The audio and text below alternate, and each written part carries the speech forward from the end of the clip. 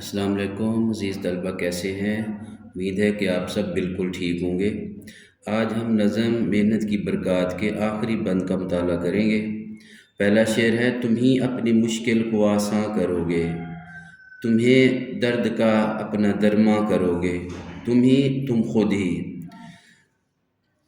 درماں علاج۔ مفہوم: اے انسان، تم خود ہی اپنی مشکلات آسان کرو گے اور خود ہی اپنے دکھ درد کا علاج کرو گے۔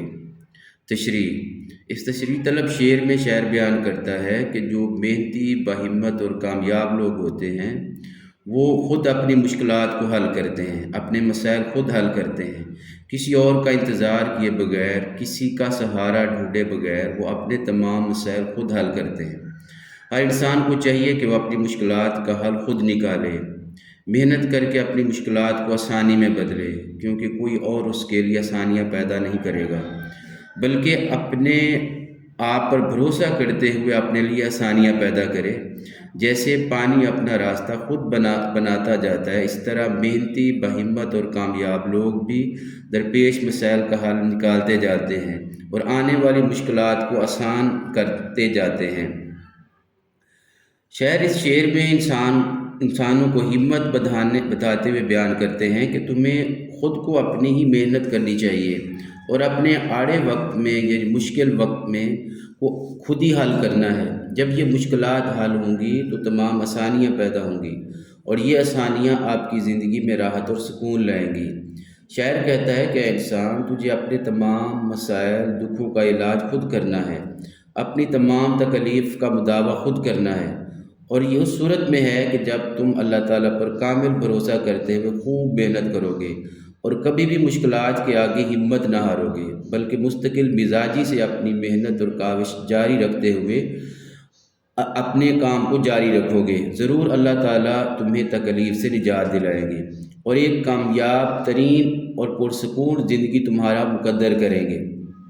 جو انسان تمام مشکلات سے نجات پانے کے لیے کوشش کرتا ہے اور زندگی میں پیش آنے والے دشوار راستوں کو آسانی میں بدلتا ہے، اس کے لیے ضروری ہے کہ وہ خود اپنے آپ پر بھروسہ کرتے ہوئے آگے بڑھے۔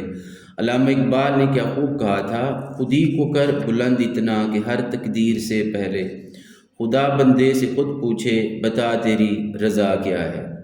شعر نمبر 2: تم ہی اپنی منزل کا ساماں کرو گے تم ہی کچھ اگر یہاں کرو گے۔ منزل، مقصد، یہاں۔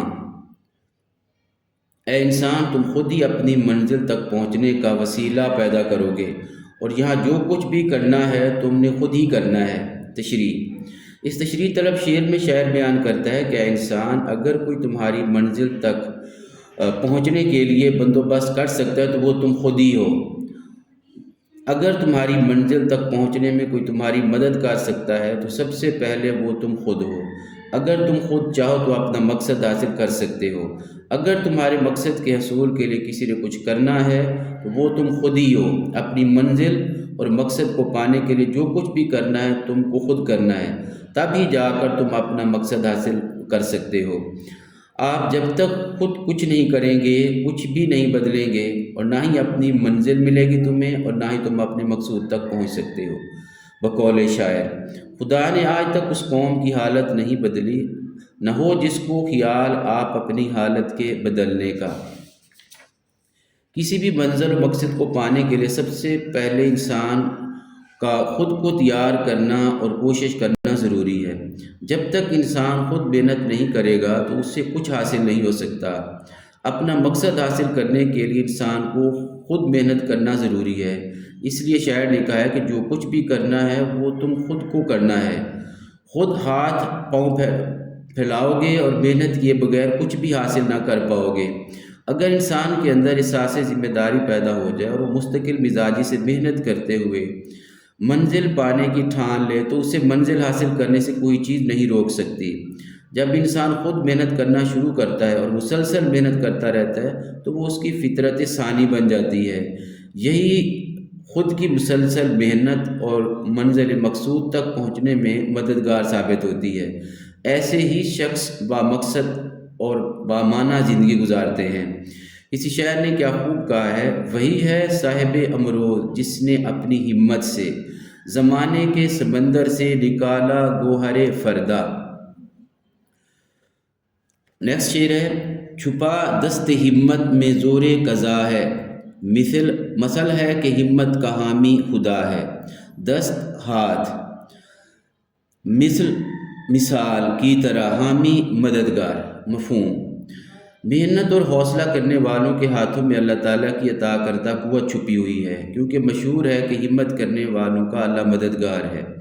اس تشریح طلب شعر میں شاعر بیان کرتے ہوئے کہتا ہے کہ جو لوگ ہمت کرتے ہیں ان کے ہاتھوں میں اللہ تعالیٰ مزید قوت عطا کرتا ہے۔ محنت ہمت کرنے والوں کے ساتھ اللہ تعالیٰ کی مدد شامل ہوتی ہے، کیونکہ یہی مشہور ہے کہ محنت کرنے والوں کا اللہ مددگار ہے۔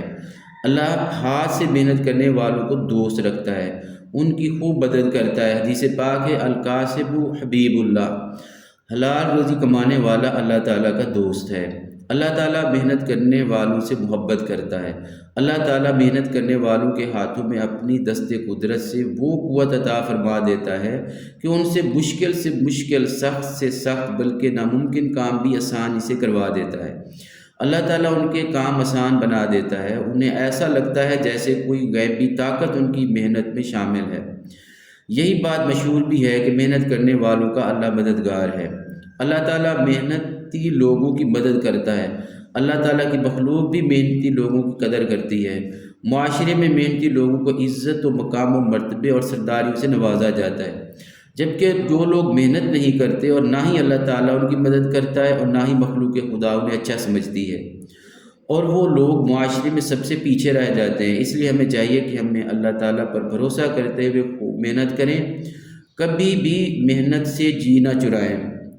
انسان کو چاہیے کہ جیسے بھی مشکل حالات ہوں محنت کرنا نہ چھوڑے، کیونکہ اللہ تعالیٰ محنت کرنے والوں کی مدد کرتا ہے۔ امید ہے کہ آپ کو ان اشعار کی اچھی طرح سمجھ آ گئی ہوگی۔ اللہ حافظ۔